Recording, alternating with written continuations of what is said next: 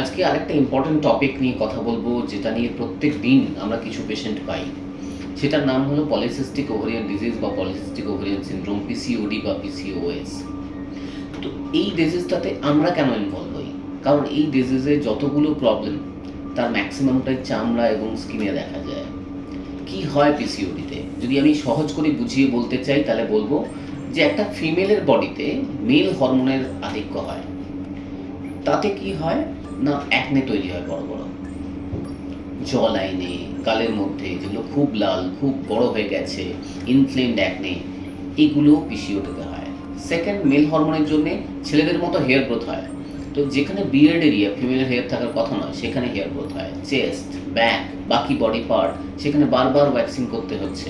এই প্রবলেমগুলো পিসিওডিতে হয়। এর সঙ্গে কিছুটা ছেলেদের মতো প্যাটার্ন হেয়ার লস হয়। মানে পার্টিংটা, যেটা হেয়ারের পার্টিং, সেটা ওয়াইড হয়ে যাচ্ছে, সামনে থেকে হেয়ারটা কমে যাচ্ছে, হেয়ারগুলো থিন হয়ে যাচ্ছে, লাস্টলেস হয়ে যাচ্ছে। চুল পড়া এক্সারসাইজ বাড়ে তা নয়, কিন্তু দেখতে দেখতে দেখা যায় যে পনিটেলটা ছোট হয়ে যাচ্ছে। এই প্রবলেমগুলো কিন্তু পুরোটাই ডার্মাটোলজিক্যাল ইস্যুস, এবং এগুলোর জন্যই পেশেন্টরা বেশি বদার্ড হন কম্পেয়ার টু আদার প্রবলেমস।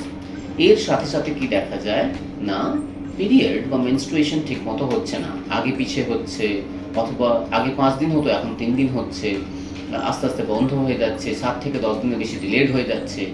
এরকম ইস্যুসগুলো কিন্তু পিসিওডিতে হতে থাকে।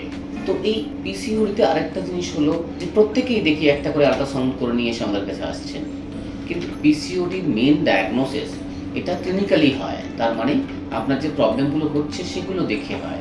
আল্ট্রাসাউন্ড করে যদি দেখা যায় ওভারির ভলিউম 10 সিসির বেশি, নর্মালি ওভারি 4 থেকে 6 সিসির মতো হয়, তো এটা 10 সিসির বেশি হয়েছে তবে, এবং তার চারিদিকে মাল্টিপল ছোট ছোট সিস্ট আছে, যেগুলো নর্মাল আল্ট্রাসাউন্ড মেশিন দিয়ে ধরা যায় না, কিছু ভালো আল্ট্রাসাউন্ড লাগে।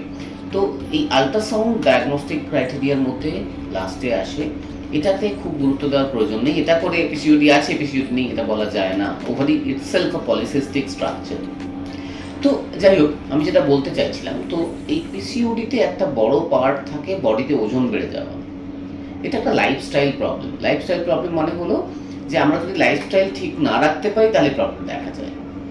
তো যদি লাইফস্টাইল ঠিক করতে পারি তাহলে প্রবলেম ঠিক করা যায়। এটা একটা ভালো দিক, সবসময় ওষুধের প্রয়োজন পড়ে না। আজকাল আমরা শুধু পড়াশোনায় মন দিয়েছি, স্পেশালি ইয়াং জেনারেশন, তারা এক্সারসাইজ খেলাধুলোগুলো করে না। আর এটার জন্যেই বডি ওয়েট বাড়তে থাকে, বডি ওয়েট বাড়লে বডিতে হরমোনাল এনভায়রনমেন্টটা চেঞ্জ হয়ে যায়, তখন এই পিসিওডি সমস্যা দেখা দেয় মেয়েদের ক্ষেত্রে। তো এই যে বড় বড় অ্যাকনেস হয়, এই অ্যাকনেগুলো যেগুলো জ লাইনে মেনলি হচ্ছে, পুরো মুখের মধ্যে হচ্ছে, সেগুলো থেকে গর্ত হয়ে যাওয়া, লাল হয়ে যাওয়া, এগুলো হয়। তো অ্যাকনের শুধুমাত্র ক্রিম লাগিয়ে ট্রিটমেন্ট এক্ষেত্রে করা যায় না, সেক্ষেত্রে কিন্তু খাওয়ার ওষুধ লাগে, সেক্ষেত্রে ভালো ক্রিম লাগে, যেগুলো লাল হয়ে গেছে তার জন্য লেজার লাইট লাগে, স্কারগুলোর জন্য অন্য লেজার লাইট লাগে স্কার কম করার জন্য। এইভাবে এই অ্যাকনেগুলোকে ঠিক করতে হয়। এর সাথে যে হেয়ার লস, যেটা চুল সামনে থেকে সরে যাচ্ছে, পার্টিশনটা হোয়াইট হয়ে যাচ্ছে, এগুলোর জন্যেও বেশ কিছু থেরাপি লাগে। হেয়ারের থেরাপি, পিআরপি আছে, জিএফসি আছে, এছাড়াও আর কিছু থেরাপি রয়েছে, লাইক মেজোথেরাপি রয়েছে। এর সাথে খাবার ওষুধ লাগে, যেগুলো জরুরি। এরপরে যদি আমি আসি হেয়ার রিডাকশন বা যেগুলো অ্যাবনর্মাল হেয়ার গ্রোথ, সেই হেয়ার গ্রোথগুলো কম করতে লেজার হেয়ার রিডাকশন খুবই জরুরি।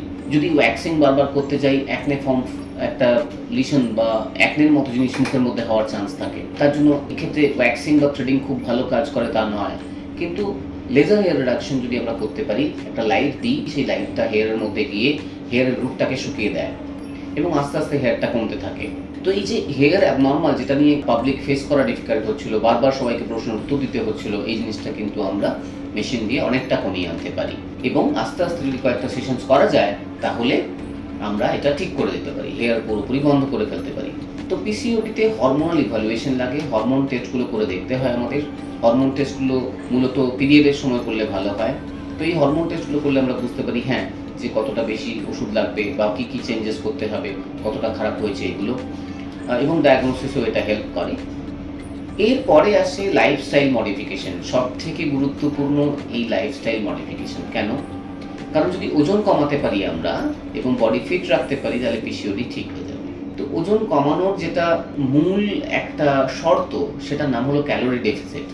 এটা নিয়ে প্রচুর ইউটিউবে ভুল ভুল ভিডিও রয়েছে, সবাই যা খুশি বলতে থাকে এক্সপার্টের মতো, কিন্তু প্রত্যেকের ভিডিও দেখে মাথা খারাপ করবেন না।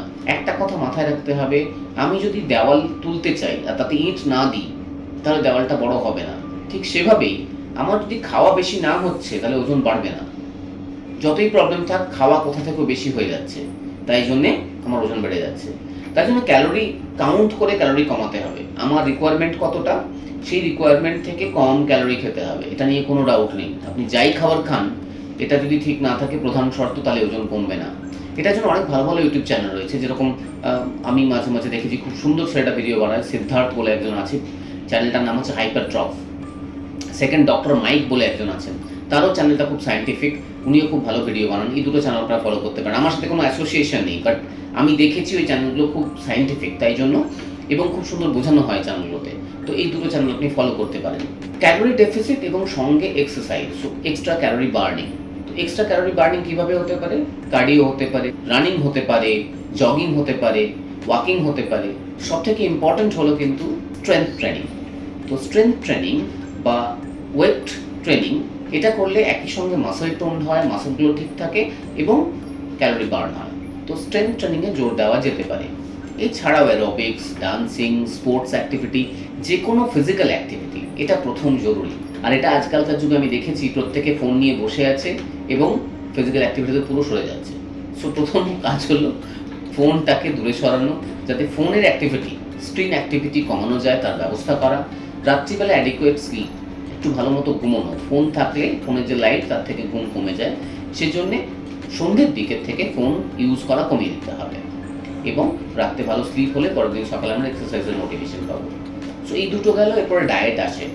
ডায়েটের মধ্যে যতগুলো মিষ্টি জাতীয় খাবার, চিনি, আইসক্রিম, কেক, পেস্ট্রিজ, চকলেট, তারকর, নন্ডা, সব এক জিনিস। কোনো চকলেটই ভালো নয়। যেগুলো সুগারি চকলেট, যেগুলোর মধ্যে মিষ্টি লাগছে, সেরকম কিছু খাওয়া যাবে না। যখন আমি এই সুগার কন্ট্রোল করতে পারলাম, তখন আমরা বাকি কার্বোহাইড্রেটে মন দেবো। যখন সুগার কন্ট্রোল হয়েছে, তখন আমরা চেষ্টা করবো ভাত, রুটি, মুড়ি, এই জাতীয় জিনিসগুলো, পাউরুটি, এগুলোর মধ্যেও কার্বোহাইড্রেট থাকে, এগুলোকেও কমিয়ে আনবো।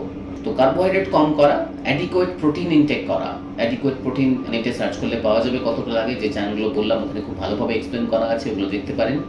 তো অ্যাডিকুয়েট প্রোটিন ইনটেক করা, কার্বোহাইড্রেট কমিয়ে আনা, অ্যাডিকুয়েট জল খাওয়া, এগুলো জরুরি।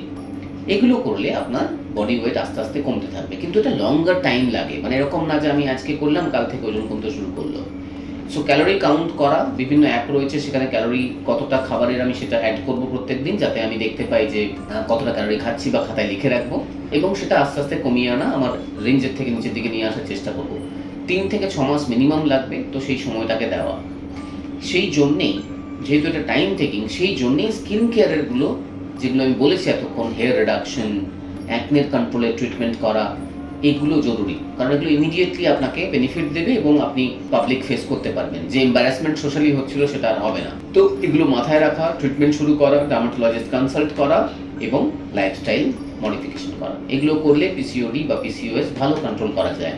একটা ভ্যারাইটি রয়েছে যেখানে বডি ওয়েট বাড়েনি, তবুও পিরিয়ডের প্রবলেম হচ্ছে এবং হেয়ার গ্রোথ, অ্যাকনে, এগুলো হচ্ছে, মানে abnormal hair growth I mean. তো সেটাকে আমরা লিন পিসিওডি বলি। এটা মোস্টলি বডির ইন্টারনাল ফ্যাটের ইমব্যালেন্স বা হরমোনাল ইমব্যালেন্সের জন্যই হয়। এটা একটা সেপারেট ভ্যারাইটি, খুব কমন তা নয়। সেটার জন্য ডার্মাটোলজিস্টের বা ডাক্তারদের পরামর্শ নিন, তারা হেল্প করবেন। নিজের থেকে এটাকে খুব বেশি করতে যাবেন না, ইউএসজি রিপোর্ট হাতে নিয়ে আসবেন না, এতে বিশেষ লাভ হয় না। মানে প্রত্যেকেই একটা ইউএসজি রিপোর্ট, একবার ডাক্তার দেখিয়েছেন, কখনো পিসিওডি বলেছিল, প্রত্যেক বছর 2 করে ইউএসজি করিয়ে যাচ্ছেন, এরকম পেশেন্ট প্রচুর পায়। এটার কোনো মানে হয় না। ডার্মাটোলজিস্ট দেখান, ট্রিটমেন্ট করুন, লাইফস্টাইল মডিফাই করুন, আপনার লাইফ ঠিক থাকবে। ধন্যবাদ।